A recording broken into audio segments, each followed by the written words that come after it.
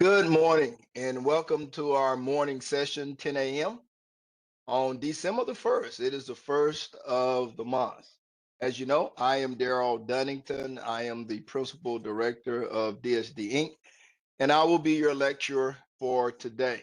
So let's jump right into our subject. We have a lot to cover today. This is the first part of three parts where we are preparing for the SAE exam. So be very attentive. We're going to cover the blueprint. Make sure that you understand every topic that's on sorry about that, to cover every topic that's on the certification. There is a 60% difference in the material, new material. So 40% of it is the old material, 60% is the new material. So we will cover an analysis initially this morning. And then I'll go through all of the topics. We'll go through case management topic, that's the largest topic. And we'll go through some of the smaller topics also. That should take us to almost 2 hours, maybe about an hour and 30 minutes, hour and 20 minutes. But that's what we want to cover. So let's go through our PowerPoint slides. You should have gotten access to the last session either through our recording that is in our recording folder for that particular day, 11/26, or a WebEx link that was sent to you. Or, of course, you can go to your channel for your university and you'll see that the entire video is out there. I want to thank all of you so far. I think 12 of you have now uploaded your examination score. 18 of you took the examination. I need you to send those to me, please. So the other 6 people, I need you to upload that into the particular folder for complete for your 23 examination score for BAE. So there are 6 people that are still outstanding. Please do that for me. Here is where our status is. Now, I am a bit concerned. Let me say this again. I am a bit concerned. You cannot sit for the SAE until you complete all of your activities here. Some of you have quite a few activities that are outstanding and you pass the certification. So this is the week to get them done. If you want to sit for the certification, the second part of this program is very important. BAE is good, but it's not enough if you want to be an outstanding candidate to get a job in the Pega ecosystem. BAE, SAE, that puts you in a very prominent position. So finish these activities, get them done this week. You'll see that I'm only covering topics for the certification. You have no work to do per se. I will cover the topics to make sure that you are prepared. So tell everyone in the class, join these sessions. Very, very important. And you do see that from 11/26, there is one essay that everyone has to do. So you only had one essay to do in SAE. Make sure you get that done. Last week, I say last session, but let's say last week, we covered all of the mission topics that you need to complete. Now, here's my second concern. No one has submitted their results from the mission test. So that's important that you do that. We have covered everything you need to know for low code apps builder. You should complete that mission exercise and test. Only the required modules are needed. Same thing is true for low code apps builder extended. Finish the mission test. Turn that in. I covered Dev Studio and create a rule, but I covered the rule many times. Even on 11/20, I spent a whole session on about the rule, classes, and inheritance. So you should be comfortable with that. And then we covered the data and integration essential missions. There were only 4 required modules that you had to complete, and I believe 2 challenges. So you should get that done and upload the exercise and mission test. And then in our last session, we talked about security, debugging. There's a exercise for you to do, an essay. That's the only essay. And then there was a presentation on decision and approval you need to listen to, because it talks about cascading approvals, decision matrix. That will definitely be on the exam. Today's session, what will we cover? Well, I say today, but I want to give you an idea of what it looks like this week, and then Monday you sit for the exam. So I want you to be aware. Monday you sit for the exam. This week is entire preparation week. So today we'll talk about what are the differences between the SAE and the BAE exam. We'll take about 15 minutes to cover that information. Next, we will look at the blueprint. So you'll bring up the blueprint, the D1 blueprint, and we will go through each one of those topics. Number 3, then you need to take the SAE mission test. That's the overall mission test. So you need to take that SAE mission test, have that mission test done and complete before Wednesday. So before Wednesday, when you come back to class on Wednesday, I need you to have taken the SAE mission test. Like you guys took the BAE mission test, I need you to take the SAE mission test and upload the test results. I need everyone to pass that. That lets me know a couple of things: that you've gone through all of the required modules, and that you can set and that you are prepared for that mission test.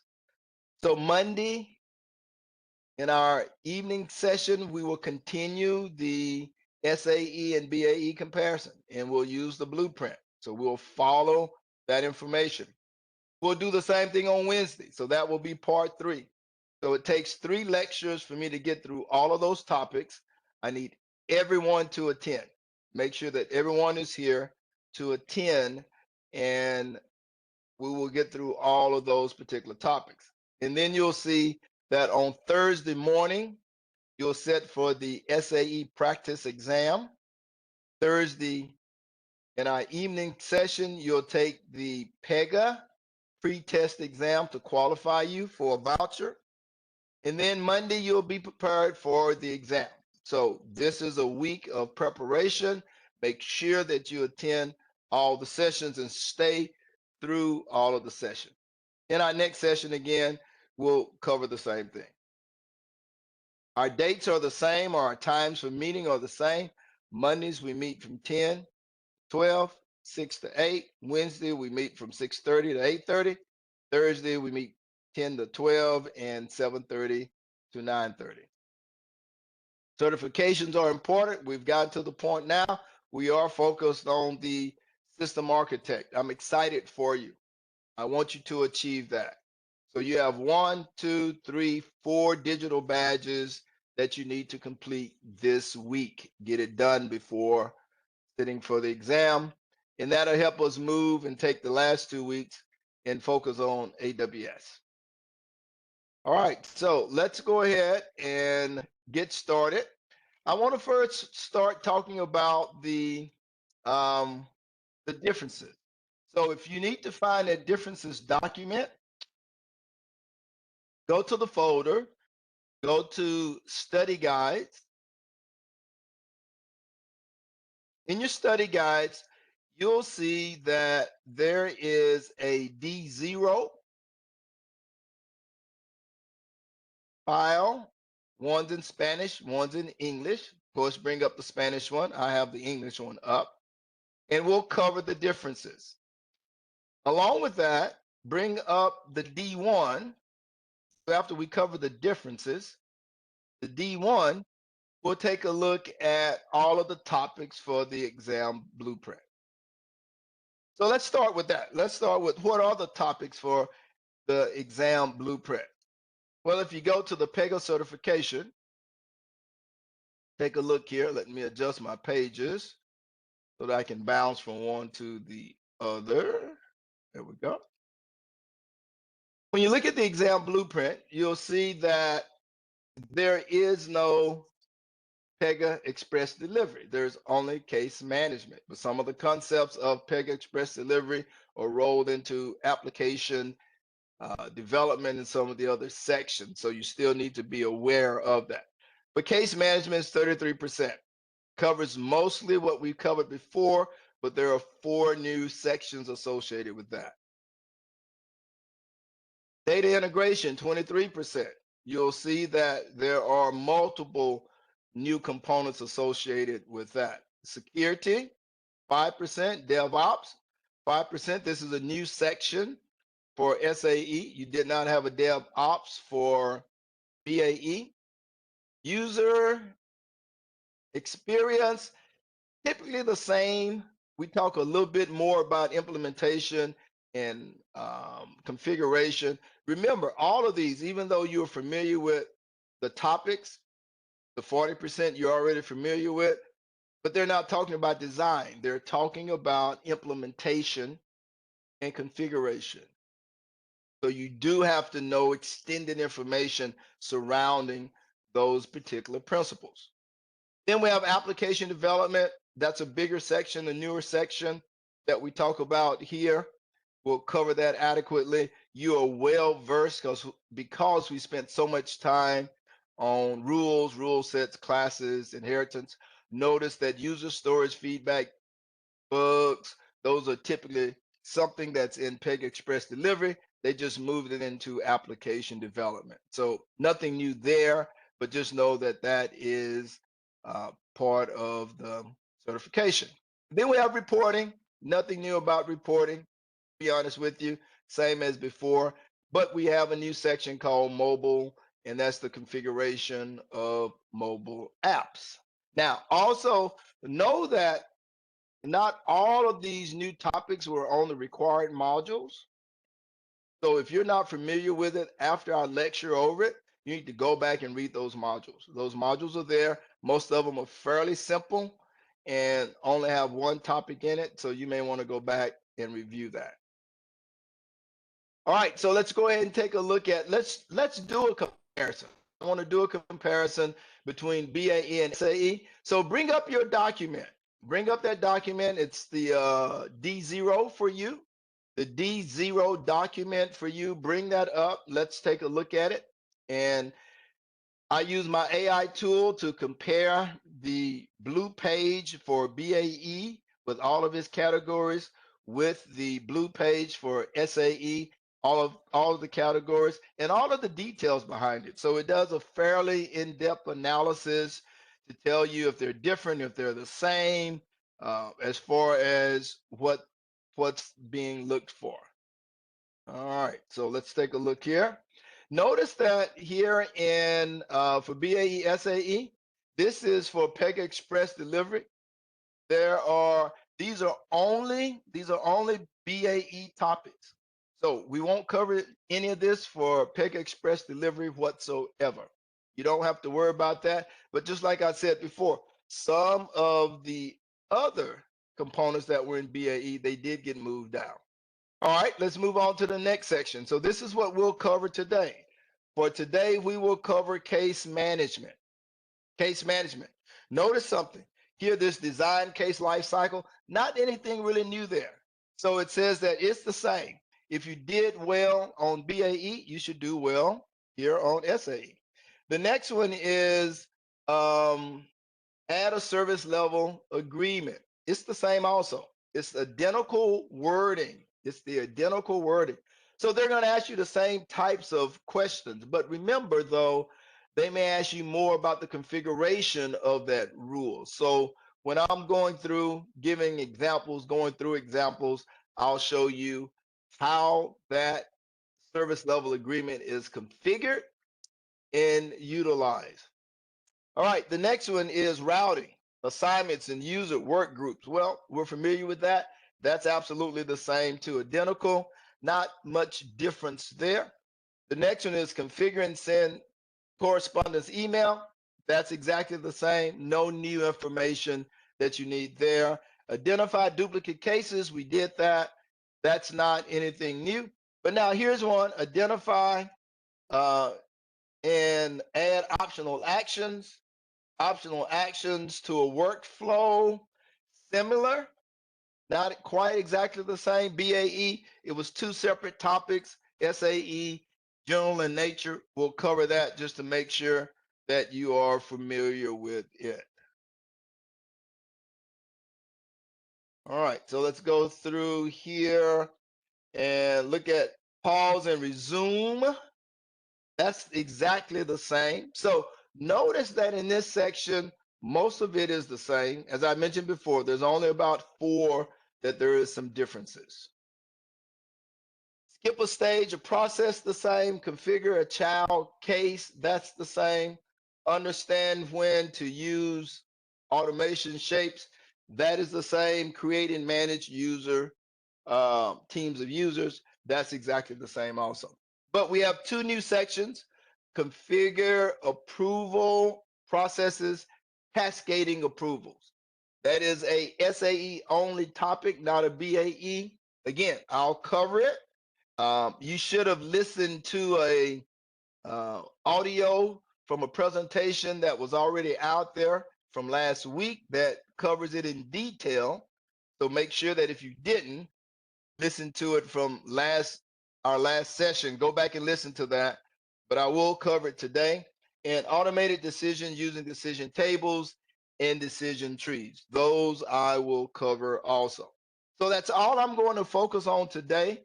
When I come back this evening, we'll talk more about the data and integration topics. Now, if we have time, we'll start at the bottom and we'll do 2 small sections here. So at the very bottom, you'll see there's security and reporting. Those are very, very easy for us to do. So if time allows, then we'll come back and we'll do the mobile topics, which we'll talk about the mobile channels and the swipe actions that are there. Remember, this is a new section. This is SAE only. They didn't cover that in BAE. You may want to go and read about that. That's a module that's out there. But we do have audio that's out there that I can point you to, that if you want to listen to it, then you can definitely do that. And we have the devs ops, how to record a unit test. And the last 2 is reporting topics. I'm sorry, reporting topics. So we want to look at describe the benefits of using insights. That was the same as BAE. The other one, create visualization using tables and charts. That's BAE only topic. So it's not in SAE. Using columns, that's BAE, not anything you need to worry about. But we do have used the explore data landing page to create insights. So that's an SAE only topic. So if time allows, we will cover the reporting section and the mobile section going forward. All right, so that would relate back to, we're going to cover all of case management today. And if time allows, we'll cover the reporting and the mobile. Sounds good? All right, so welcome to Fernando, Jose. Thank you for joining today. All right, so let's take a look at, make sure that you have an exercise up so that you can follow me. It's very, very important that you follow me here. It gives you some additional knowledge as we're going through and learning about these different topics. All right, so let's bring up, let's see, let me move some of my components around here. I need to look at, okay, let's bring up D1, which is from the study guide. So if you don't know where that is, go to your study guide, D1, and bring up the D1. This is the SAE blueprint study guide that we are looking at. All right, so I got my English version up. I'm going to bring it over here, and let me bring up the Spanish versions for you guys. There we go. All right, so you can disregard some of the information at the top. Sometimes I have students, when we have enough time in the professional class, I'll make them build this themselves. So those were the instructions that I give them when they have to build it themselves, but I've already built it for you, and it's just a matter of us going over it, making sure that you understand the principles behind all these topics. All right, so go all the way down to the very first one, and they are in a bit of a different order than what you see on the blueprint, but it's because I wanted to make sure that I covered the new topics first. This that you see in black, these are new topics. What you see in blue, these are the same topics that were on the BAE test.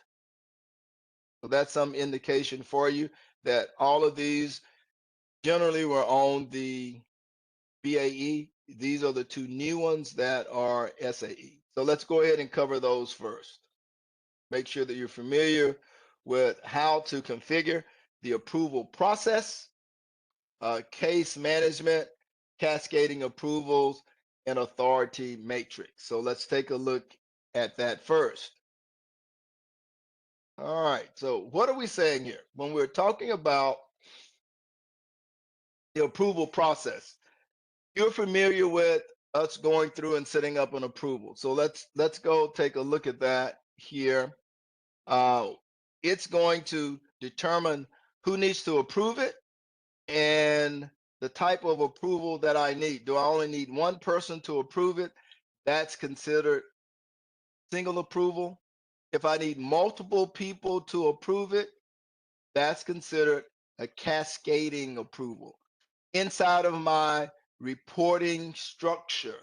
So both of those, single approval, cascading approval, is inside my reporting structure. The other way is to have an authority matrix, which is a type of cascading, but it's for at least one person outside of my reporting structure. Best definition I can give you, an example I can give you is if I just need approval for expenses and it only needs to go to my manager, then that's a single approval. If I need an approval to where I'm going to purchase a piece of equipment that costs, that means that not only my manager has to approve it, but that my senior director has to approve it. That would be a cascading approval. Now, authority matrix. Let's say that I am a member of a insurance company and I file a claim. And that insurance company needs or utilizes the Pega technology. So within that insurance company, they create the claim, and then they call a claim adjuster to then go and approve the claim. Well, the claim adjuster is within the reporting structure, so he goes and approves it. Now, they send it to you via an email in Pega. You then accept it. Now they need someone in the payment processing group to approve it. Well, that person is not part of your reporting structure. You work in claims, service, customer representative, and now that particular person is not in your reporting structure. So we have to use what's called an authority matrix to say, I had someone in my group approve it. Now I need someone, at least someone outside of my group to approve it also. So those are the conditions where I would need a authority matrix to make that happen. So let's just take a look at that right quickly. I'll bring up my environment, go into the environment.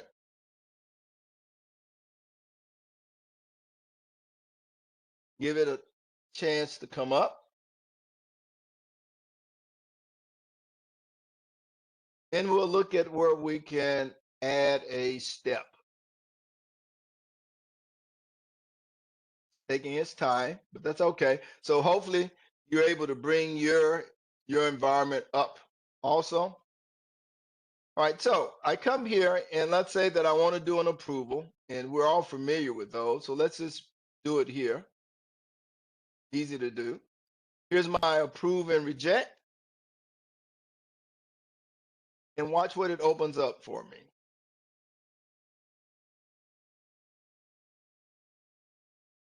System takes a little time the first time, so that may give you some opportunity to catch up with us.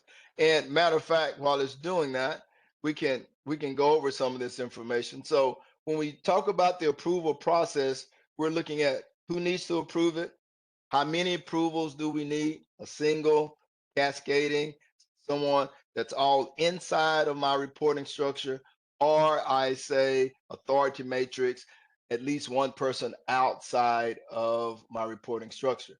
So is it approved by the entire reporting structure or only a subset, or approvals outside of my reporting structure? If that's required, then of course we need the authority matrix. We call it an authority matrix.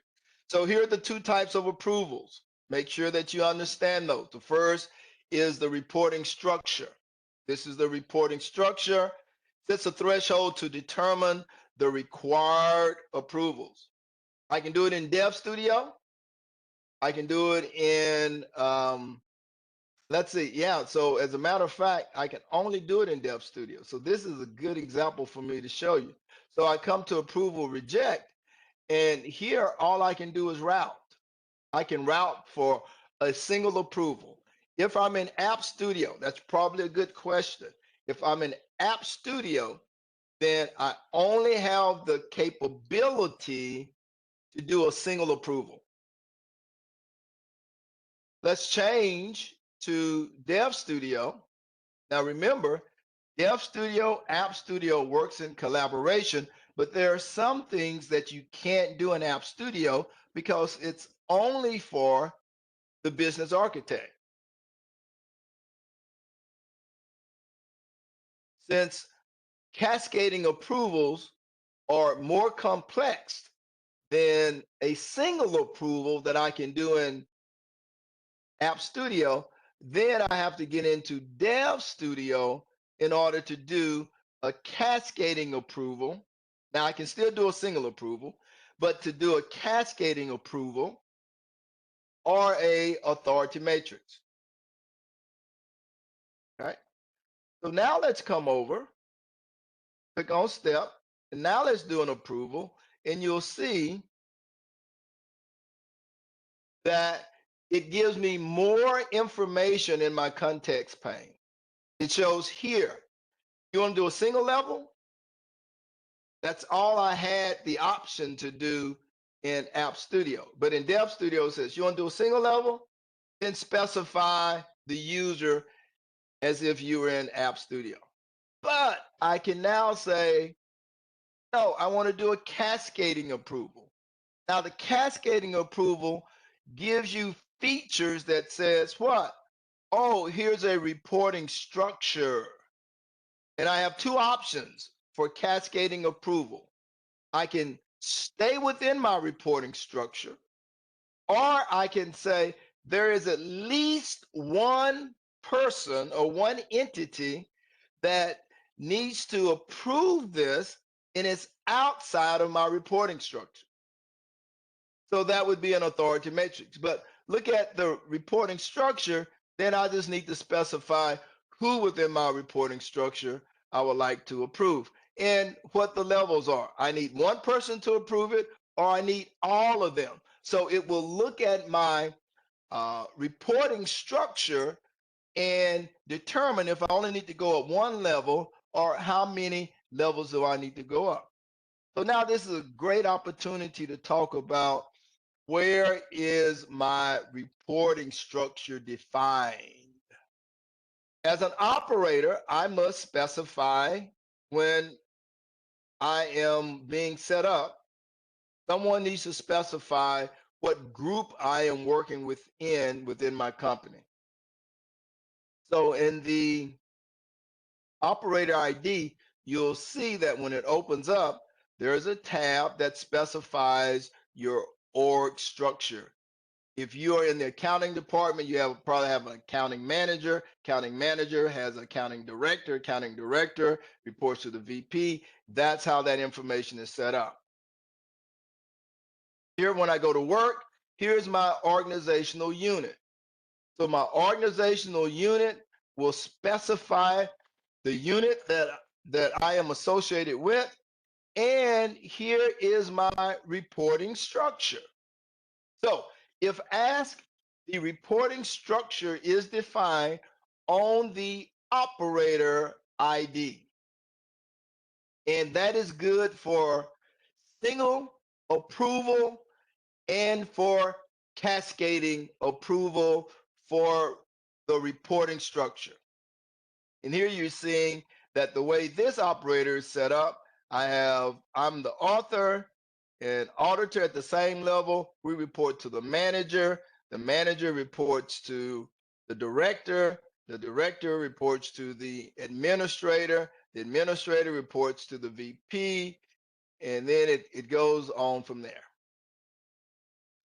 So that is the reporting structure for the author, which is the operator ID that we are working within. So now you understand that when it says all, do I need all of them to approve, or do I only need one of them to approve for the reporting structure? So that's fairly simple. But now let's take a look at authority matrix. Authority matrix, again, it is a type of cascading approval, but the reporting matrix requires some way to decide who needs to approve it. It may not be in the same order of manager, director, VP. You need people to approve it. So you need a decision table. You need to define a decision table so that it would be approved. And you need to specify all the people in that decision table. Well, in that decision table, you have to have a page list property. So that is typically a data object, a data dash object, where you can put a list of people, emails, put a list of emails inside of there, maybe their first name, last name, email. And now you have a list of emails that will be part of the approval process. And then you have the property that will determine what to match on. Remember, you have your decision table, you have your list of emails, and in that list, first name, last name, email, then the property will probably be the email that you're looking for. And based on your logic, if this is something greater than 5,000, then send it to this person. So match that particular approval property email with the email and select that particular person. That's the way that works. Okay. So authority matrix, you only need it. You only need it if you require at least one person outside your reporting structure and they need to approve the process. Okay. So let's go ahead and create a decision table. Let's say let's see if there's one out there. Yeah, so there's one called evaluate credit. So let's just put that there. And let's go and look at a decision table just so that you can see what it looks like. I'm not going to add a list or anything there, but I think you need to see what a decision table is if you don't remember from BAE. It looks much like a spreadsheet. And you want to use a decision table when you need to evaluate the same property, but for different values. So that's definitely on the test. You want to evaluate the same value on time. Here's what I'm evaluating, but different properties.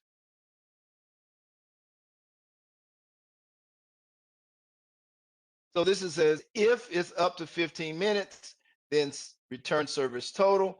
Else, if on time is up to 30 minutes, return service total. Else, if more than 3, service total. Otherwise, 0. So you have this type of decision table that would be built, but you would build that decision table with the approvals. If the amount is greater than this, send it to approval person 1. Else, if it's $1 million, send it to these 3 people. So that's a way that you can do that, but you would do it with a decision table. Again, decision tables is when you really want to just look at one column, one property, but many different values for that one property to determine what to return out.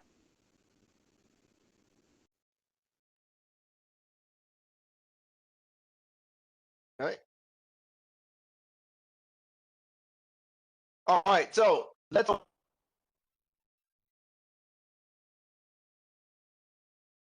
definition to the information.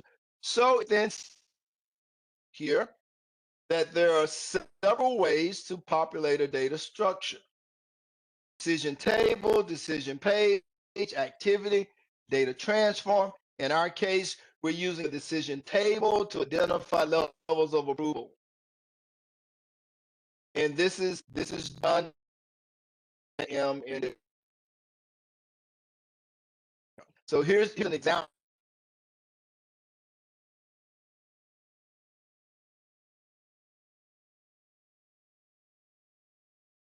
The field out. Cascading is my type.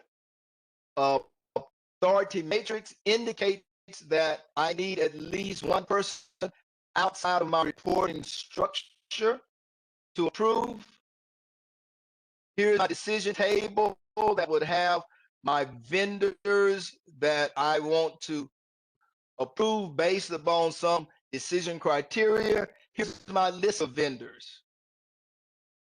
And then here's the ID, which is the matching value that I need in my decision table to determine this particular ID if it's equal to one of these vendor approval subscripts of 1, sub 2, sub 3, sub 4. If it matches based upon my decision table, then return that particular individual out to me. That is called the authority matrix. So that is the first one. And I've already, here's another scenario, is submitting an expense report for reimbursement. I use cascading approval with reporting structure. Right, makes it very easy. I just need someone within my own organization to approve it. So this follows the established organizational hierarchy for the financial oversight for a specific group or department. Now, here's another example. You want to purchase new software. Right? Now, I need an authority matrix. Why? Because it requires not only the approval of my manager, people in my group, but the stakeholders. If I'm building an application for the business unit is paying us internally, internal dollars to get the work done, I tell them I need to buy this new software upgrade package. It's going to cost me $500,000. But I need to get their approval before I can do that. So now these approvals are chosen based upon their authority. Probably a VP unit will need to approve expertise as for the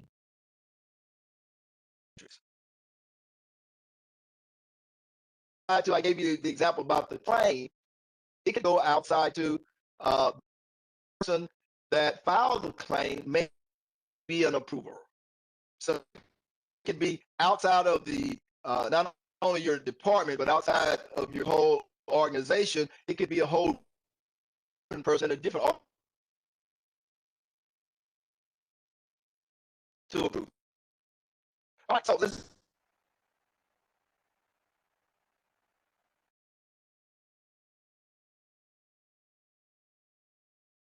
The second one has to. We've already talked. Let's take a look.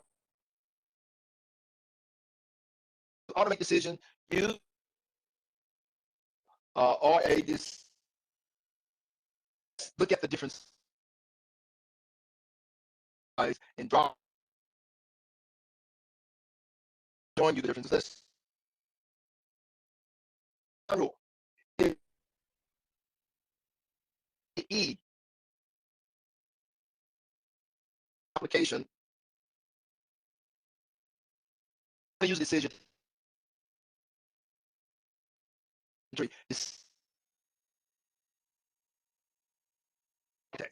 They are system architect is a great tool and our system definitely for business architect. The decision it is for business or business or use a system use a tree. They should a system decision tree. Question: I table or a the answer in simplest in this case will decision text and decision. Go ahead and take a look how they differ. Thing I do want to mention.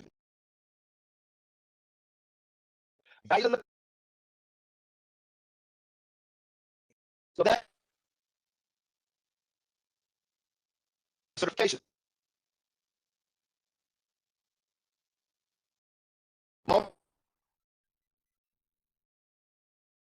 Okay. Here at the bottom, evaluating property. Other conditions. Use case or a decision. I need to have the condition. So it makes it at a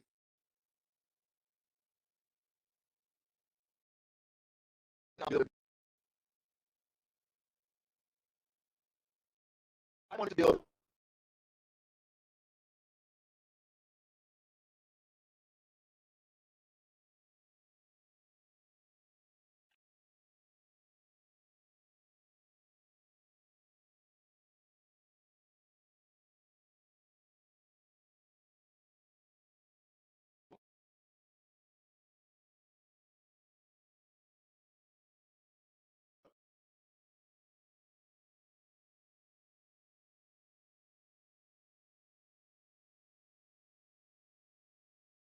let's see. Okay, get it open. Go to the records and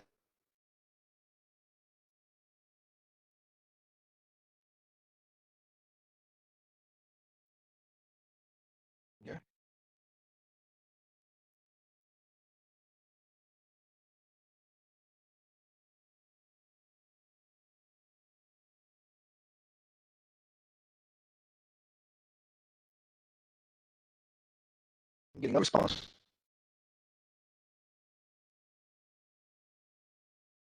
Let's see, hold on.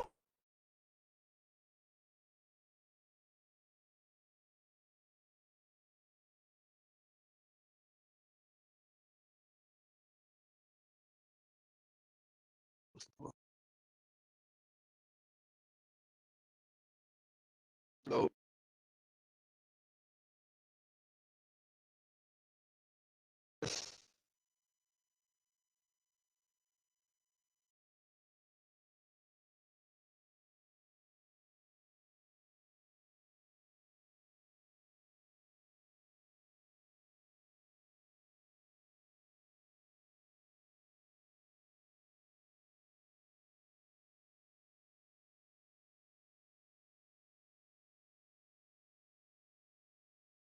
All right, let's see my system.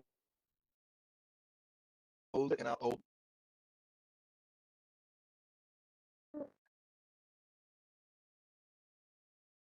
Record Explorer. See if I can. All right, I can go to record tree to show you the differences. But I wanted to build it for you so you can. But we're at. So let's go to. All right. Let's see here. We problems on all of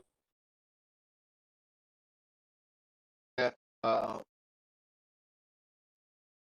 I am creating a table decision tree. It gives me abilities to show config. Config says, does my look with itself? And that's great because it's going to evaluate it and it will allow me to determine, or it helps me determine if it's logical. I also have this what's called show completeness. Show completeness implies that you want to say if A is greater than B and B is greater than C. Well, show completeness would say, well, what if C is greater than D and D is greater than E? It would show you those options too. So you have that. You have that when you're dealing with a decision table or a decision tree. It will show you the conflicts. It will show you the completeness for you to do this. Here's an example. In this example, this is a decision tree because it's an if statement. A decision tree looks more like if then else. If you programmed in any other language, it's the if statement that you are utilizing versus the decision table looks more like a spreadsheet. Here's an example. Here's an example of what you would see in a decision table. I'm sorry, a decision tree. Here's an example of what you see in a decision tree. If miles greater than 20, then continue, which means this is a nested if. If vehicle type is sedan, then return this. If it's crossover, turn this.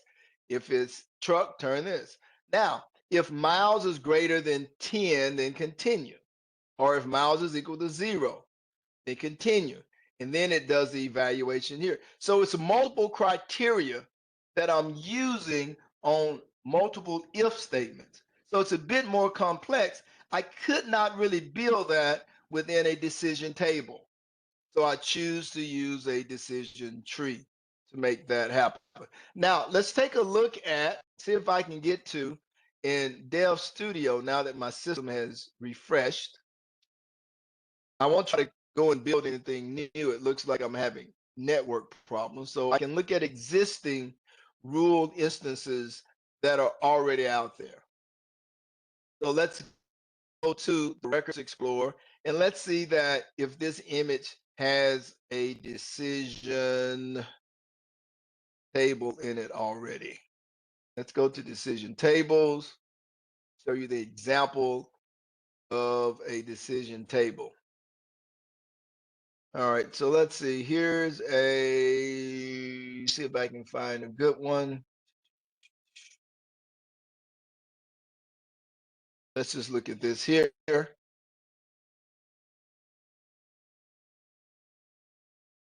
Don't worry about the warnings. All right, so here's a good example of a decision table. It has the tab. Remember, we have multiple tabs. I have this results tab too, that instead of doing a if else on this particular property, remember, I want to use a decision table when I want to evaluate one property, typically one property, but different values for that property to determine what to return out. One property, different values for that one property to determine what to return out. So in this case, my property is re-indexing error code. If the re-indexing error code is incorrect input form, then return incorrect. Else, if it's wrong input, return wrong info. Else, if it's invalid input, return invalid. Else, if it's unknown error occurred, then return unknown. Else, if incorrect request, return incorrect. Else, if range reindexing not something, then return range reindexing. Otherwise, unknown. That is a great example of a good use case for a decision table. One property, multiple values to determine different actions or values you want to return out. If I wanted to change all of these so that every one of these can be evaluated, and this only works for here on this decision table, I can say evaluate all rows. When I say evaluate all rows, it changes the if else to when. So it definitely will allow you to evaluate every one of these. So you may want it may end up being two of these. So when it's this, return an action. When it's this, return an action. So when I do that, it's going to evaluate every one of the when statements. I go back to that and I take it off the if then else. Well, in this case, once it's true, it's going to evaluate and then it's finished with its evaluation process. Right? And here's the example where you show conflicts or you show completeness. So that gives you a really good example of the utilization of a decision table. And let's look at a tree, though. I give you an example. Let's see if I can find you a live example of a decision tree. Let's see if I can find a good one here. Here to validation. I'm showing you this because my system is slow. I want to build these inside your workflow. You can then utilize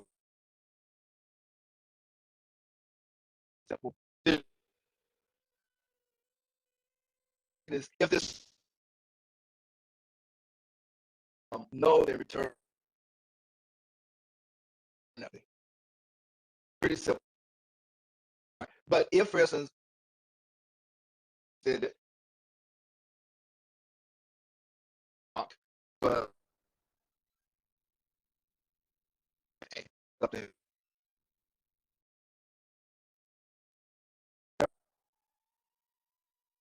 another if other if statement I click on and now I got two additional. So you can see in building the decision tree more complex the decision. All right, so hopefully that gives you about when it decision. My system Now moving this. Yes. Do something. All right, so one.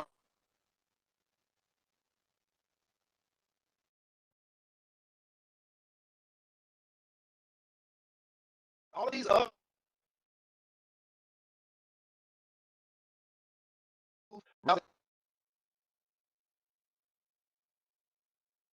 majority, you know, how each process open can be instruction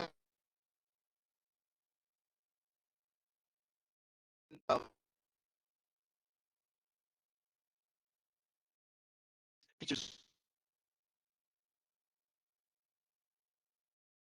Let's see if I can get back.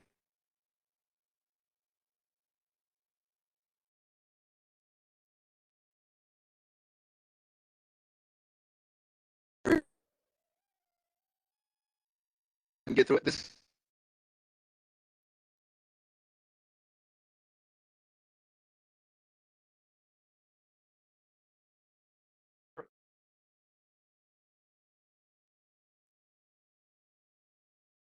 All right. So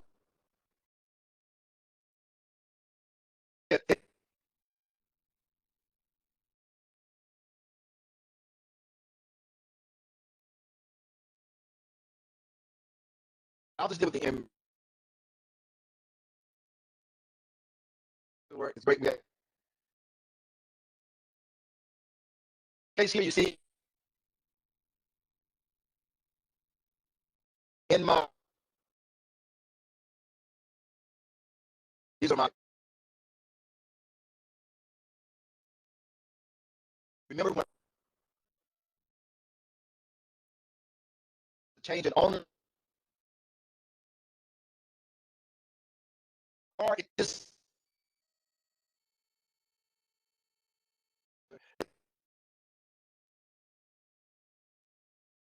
so stage. And if I want to change, remember I can click assignments, select information, or to the right, and what's out. So let's see if my system is working. If I'm getting,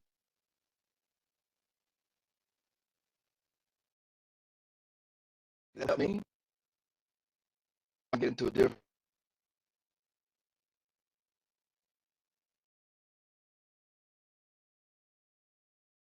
I can get it to come out.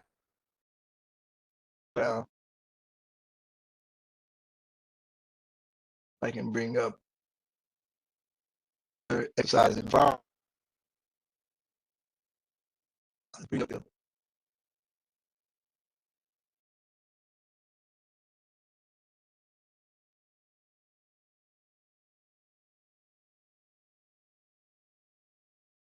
Okay, so maybe it's I'm gonna pick a cat. Right? It's stay on the document.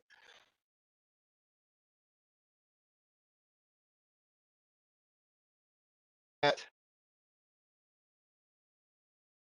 service level agreement. Agreement. This is when I need a assignment or the case. The assignment or the case. It could be a case level SLA that I go into the settings of my case life cycle. So remember on case life cycle, there's a settings that I can go to. I can select that and I can say I can set a SLA there. In most cases, I want to use an assignment. The assignment is one of the collect information steps. And when I click on a collect information step, there is a third tab in my context pane. I click on goal and deadline. And on the goal and deadline, I can specify my service level agreement. My service level agreement, I can show that my goal is indicating that once this assignment comes into my work list or my work basket, comes into my work basket, then how much time do I have to complete it before it's going to increase the urgency? Remember, the urgency can't go above 100. Even though you do a calculation and the calculation is above 100, your range is from 0 to 100.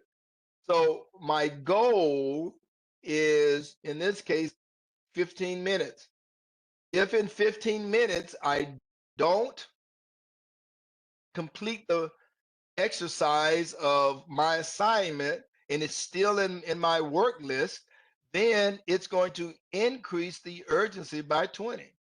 So if it came in at 10 and it's there 15 minutes or 16 minutes after it's been assigned to me, it's going to increase by 20. So now the urgency is 30. And here it's showing that when it increases, it's going to send default message to the person it was assigned to, which in this case would be me.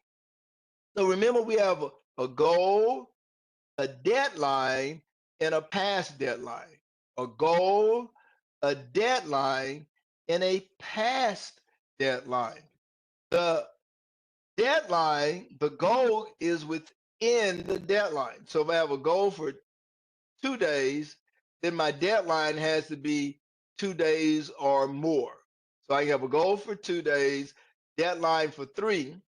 So in total, the deadline is 3. Within those 3 days, 2 of them I have to achieve for my goal. And then, of course, I have a past deadline that says that if I don't accomplish it within my deadline, my past deadline is additional time beyond my deadline. So hopefully you remember that, but that was SLAs covered in BAE, also can be configured on the App Studio. On the App Studio, it only shows the goal and the deadline. In Dev Studio, when you open it up in Dev Studio, it'll show you goal, deadline, past deadline. So those are the scenarios that you will have. All right, let's go on to the next section, or next topic. Explain how to route users, work groups, and work queues. That's very easy. If you remember, all you do when I click on a collect information, I go to the general tab and I can specify route to a specific user.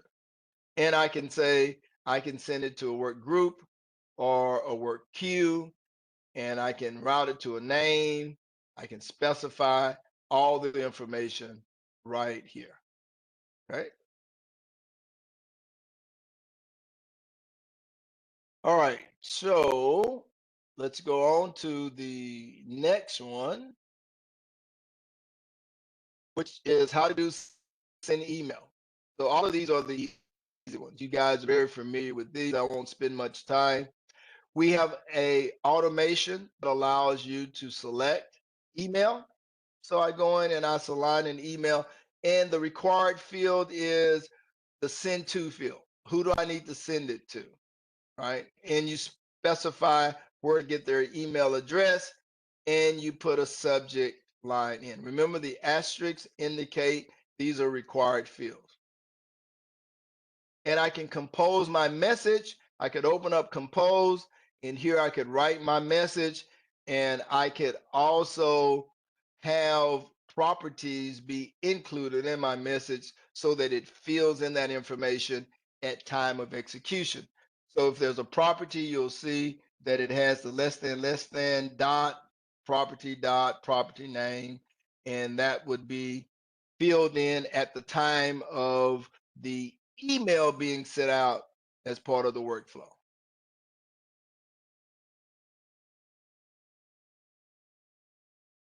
All right, so for the next explanation, let's drop down to from email. We're looking at identified duplicate cases. We're all familiar with the duplicate cases. We go in for the duplicate case. We need to be able to identify how we specify a duplicate case. Good example is someone calls in, they want to request support. And so I get ready to create the case, and in the middle of it, they hang up or something happens with the communication. That same person calls in, I'm putting in the same information.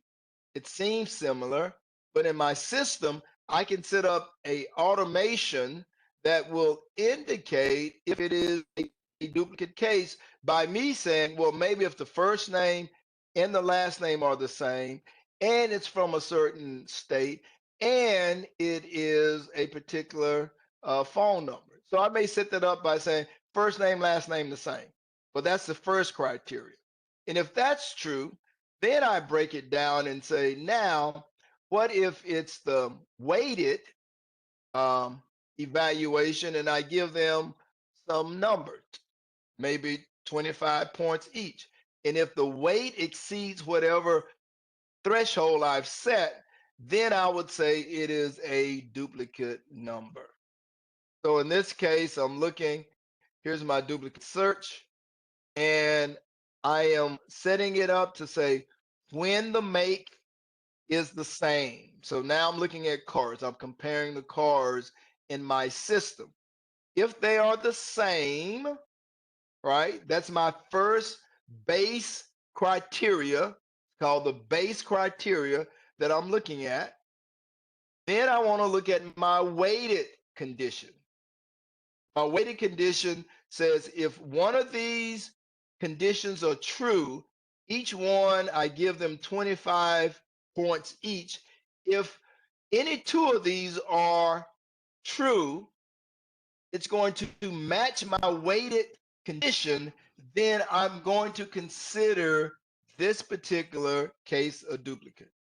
If the city is equal, or the state is equal, or the state and the street is equal, or the city and the street is equal, one of those three combinations where it's 50, the weighted condition is met, then it is considered a duplicate case. Again, not anything new. We did the configuration from BAE. All right, now the next section is about optional actions. So you know on the optional actions on our system, on our case workflow, I can click on optional actions in the upper right-hand corner.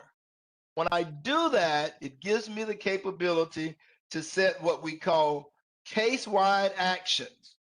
Case-wide actions will appear during the entire case on every one of your collect information steps or your assignments or your UIs. It will always pop up for you. All right. So that's a case-wide action. If you only want it to pop up within certain stages, then you put it on as a stage only action. Stage only action. So as long as you're in a particular stage, then that capability, that option will pop up for you. But once I leave to, for instance, the validation stage, then it will not appear on any of the assignments or what we call the collect information or the UI fields that are there. So the big difference is what? Case-wide action appears throughout the whole life cycle of a case. Stage only, it only appears on the assignments within that particular given case.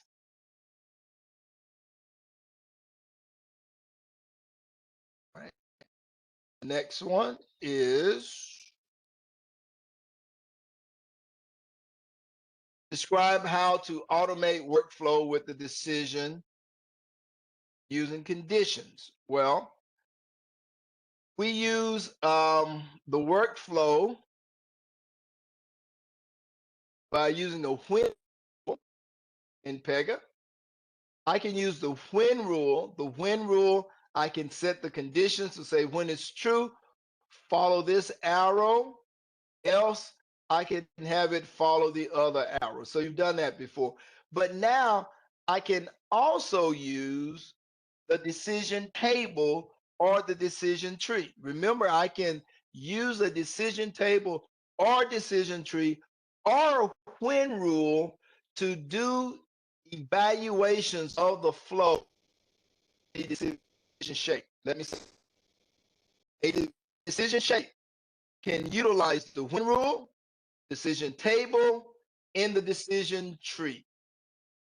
If asked on the exam, which one should I choose if I can do my decisioning with all three? Always choose the simplest configuration, and that would be with the when rule.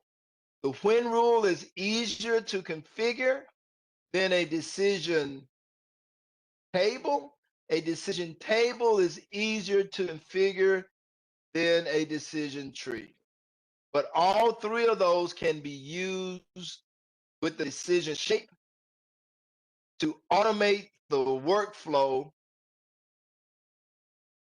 of a case.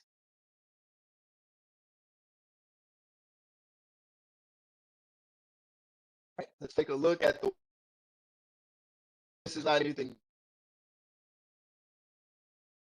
It gives us the capability to determine in our workflow if we want to pause it. We typically call it the pause and wait. It says that at some point in my case life cycle, I may need to pause because I sent an email out to a student and I'm waiting for a reply.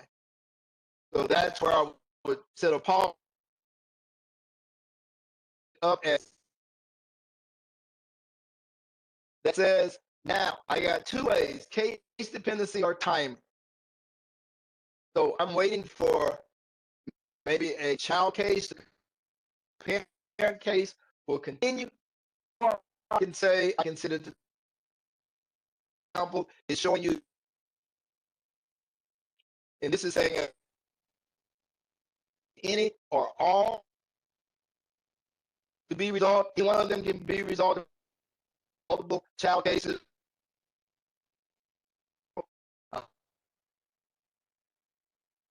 One is resolved. Pause. It can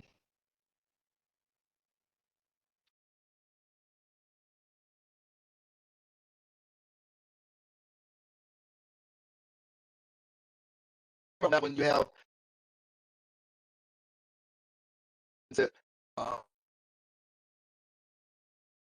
hours, days. Right. Step. Same manner. Once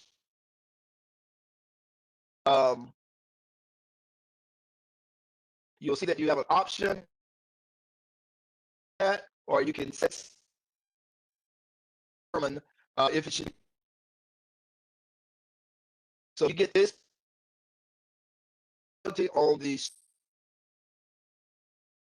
It will allow you based on some business logic that's configured.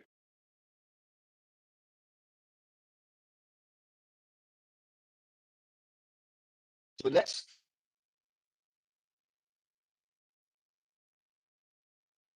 how a child case works. So remember, for a child,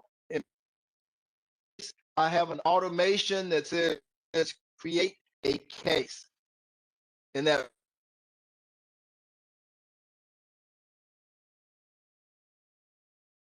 I select it, that I want to create a case, and that allows me to configure it. So within a case lifecycle, I have an automation that gives me the capability to create a child case that will then start executing.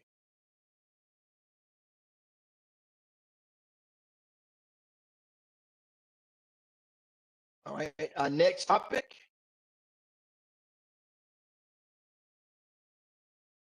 Describe when to use automation shapes. Well, that's pretty easy. I need to use an automation shape when I need to get work done. I need to uh, execute processes, when I need to have some executable code run. We have several.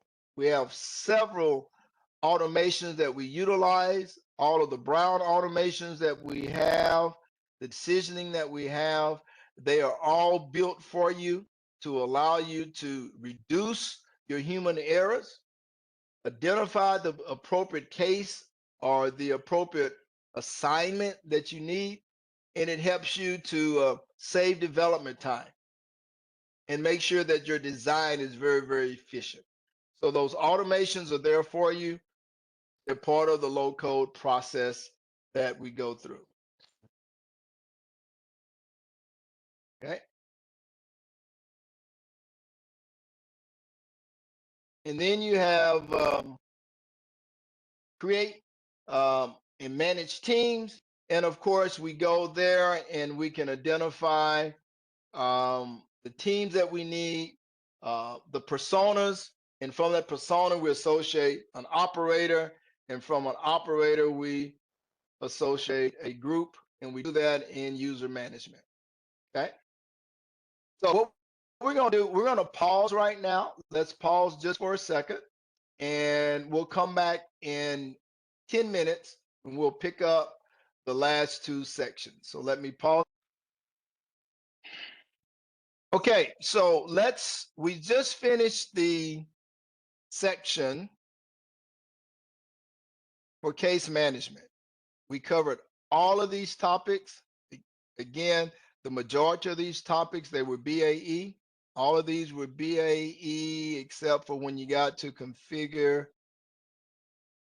approvals. We talked about single approval, cascading approval. Cascading approvals, you have to get into Dev Studio in order to make that work. And then with cascading approvals, you have it with the authority matrix. You have at least one person that needs to be approved.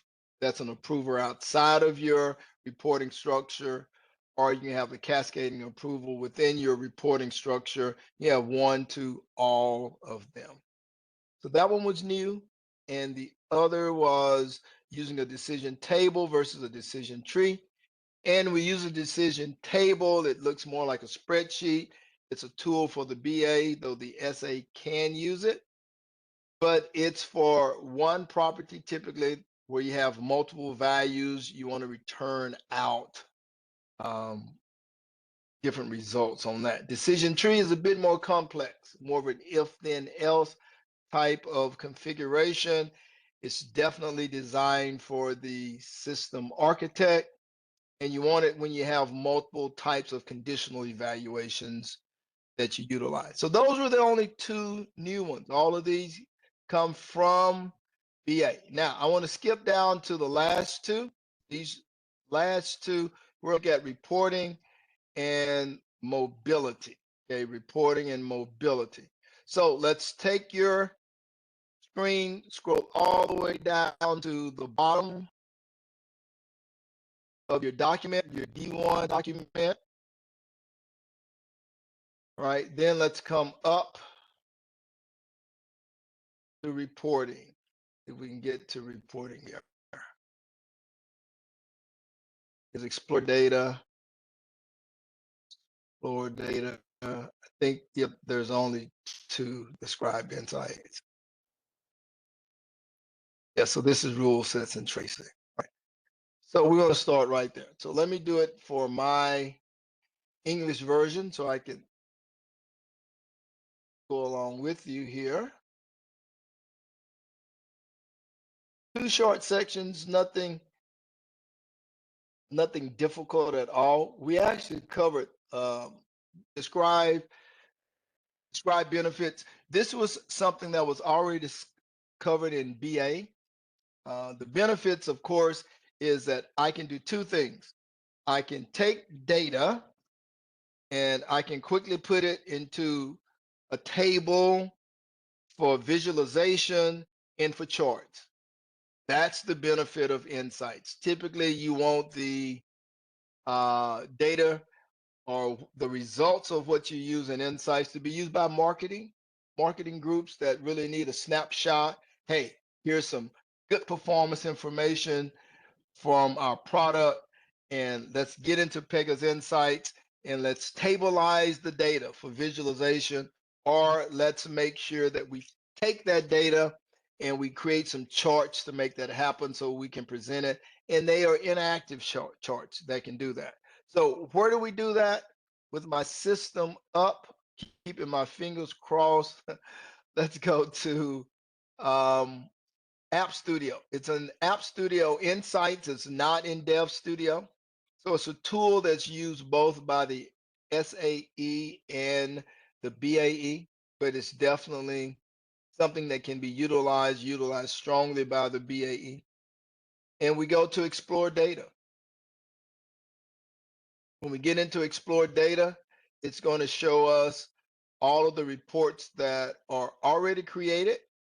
So underneath it, it's queries, it's database queries that's actually there. And what's its purpose? What's its benefit? Now you can see that it's going to either be a table for visualization or a chart that I can easily visualize. So you can see here, this is some type of chart that is giving me number of created items. This is a chart that I'm getting. This is a table that I'm actually getting. This is a chart, table. So by the icons, you can recognize that I can create these queries. These are data queries. I transform data queries into table visualizations or into charts. And that's exactly what it's used for. On the exam, they'll ask you about the different features that you can do. So what can you do? You can filter. Filter says what? I want to constrain the amount of information that I'm getting based upon some selection criteria. Sort, I can sort. Gives me the options to do ascending charts, ascending sorts. So I have the different ways that I can sort. So I'm going over this because all they can really ask you is different type of features in Insight. So we're going to cover all the features. I can group. So when I am grouping, it gives me an option. I can group by the class, by the name, by the description. Notice these are the columns that are here. I can group by update time. So whatever is defined on my insights here, those are available for me to group by. I can show or hide certain columns. I can reduce the density here. I can freeze columns. I can auto size, I can reset, I can query info, I can save it. So really, on the test, they'll probably ask you, can I save a view? Well, yes, you can save anything that you've done or reconfigured. Can I sort? Can I group by? What type of sort? I can do ascending sorts. I can do descending sorts. I can group by any of the available columns that are here. And that's about it. Outside of that, visualization is for what? It's for charting or for table visualization here. So let me see if I can find one. I hadn't done much work in these. So let's look at this particular chart, see if it gives me any information. Remember, my information is limited because I hadn't been in these images very long. But here's an example of, here's a chart that you have. Very simple. This is a bar chart. You have pie charts, you have all type of charts. So you can view the data, you can filter the data. I get that chart, I can view it, or I can filter it. All of my actions are here. I can save it, I can delete it, I can query the information. And if I want to go in, I can also, let's look at edit. Well, let's get back to that because edit is some of the features that they'll ask you about. Now, remember, I only have two things I can do. I can either display it as data or a chart, right? Data or a chart. If I do data, all right, then I can configure all of this information. What fields do I want? Um, dimensions, all of this. So all of this is not going to be on the certification, but just know that I can either do data or charting, and then I can configure it based upon that to do some type of sorting and filtering that's associated with it.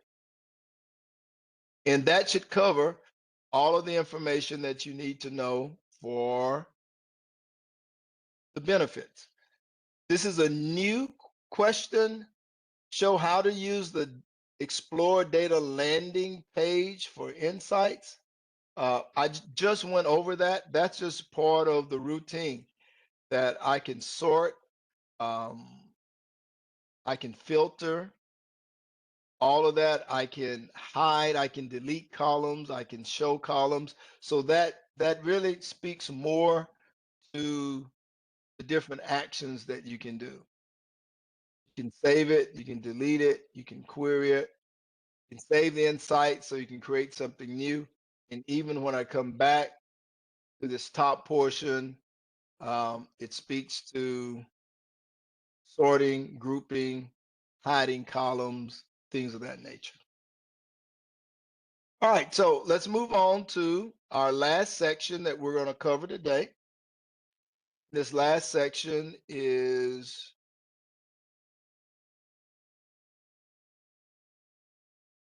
mobility. So this is new. This was not part of BAE. This is exclusive for SAE, but it's how to configure mobile channels. How to configure mobile channels. Very easy for us to do within Pega because we go to the App Studio. As a matter of fact, I'll show you that. I'll come back and we'll talk about how to go through it, but we're going to navigate quickly, go to user mobile app, and we'll look at the core features that they want you to understand as an SAE for mobility. So I want to come back. I'll click on channels. That's one way to get there. And here we go. We got a mobile here that's already configured, or we have one that's here. So let's go here and click on it. Or these are the current channels. So this will show the channel that it's already configured.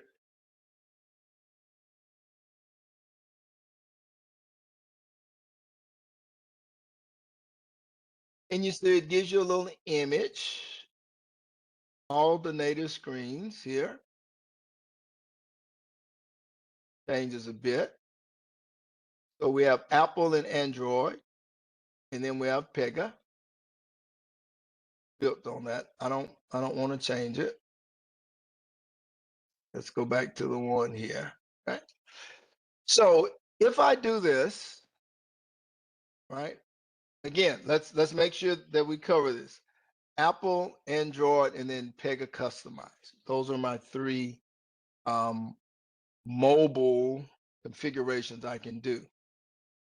I go to, this is part of the portal created there. Now, they will ask you on the certification about swiping. What swipe actions can I do? I went to, let me go back to this so you can see it. I went to list pages, clicked on that. On the list page, I have swipeable actions. I have actions I can swipe to the right, actions I can swipe to the left.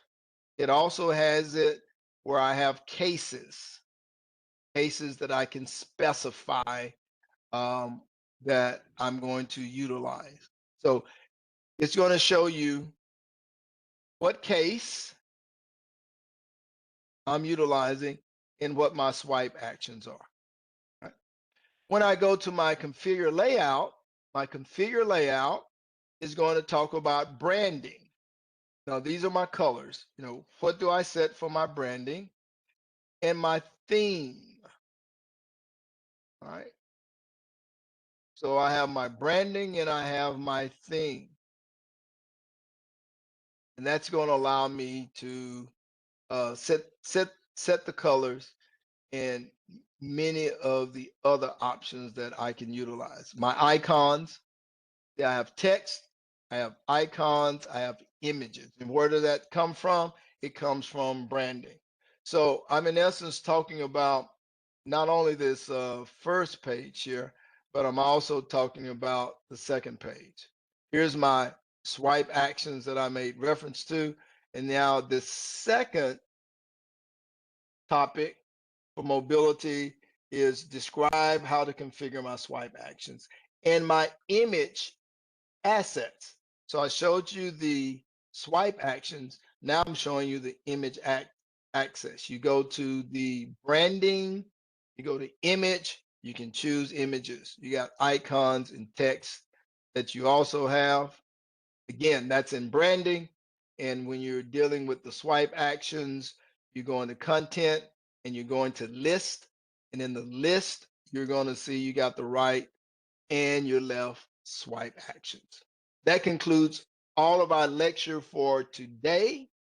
I will see you this evening. This evening we'll come back and we will pick up the sections that will deal with data integration. We'll do security and ops. So that will be for this evening. And then Wednesday, we'll do user experience and application development. And that would have covered all the topics. That's all I have for the day. Thank you for joining with me. I appreciate your commitment, and I look forward to seeing you this evening.